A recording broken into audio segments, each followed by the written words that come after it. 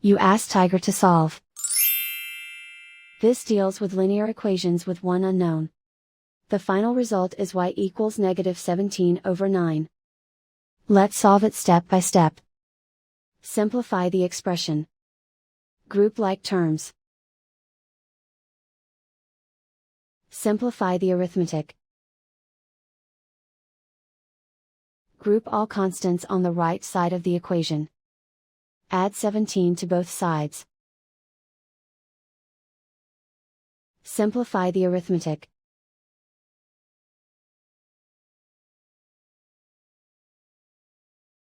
Isolate the y. Divide both sides by -9.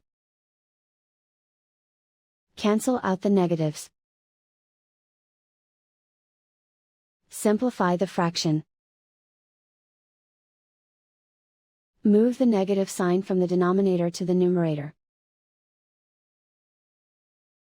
And so the final result is y equals -17/9.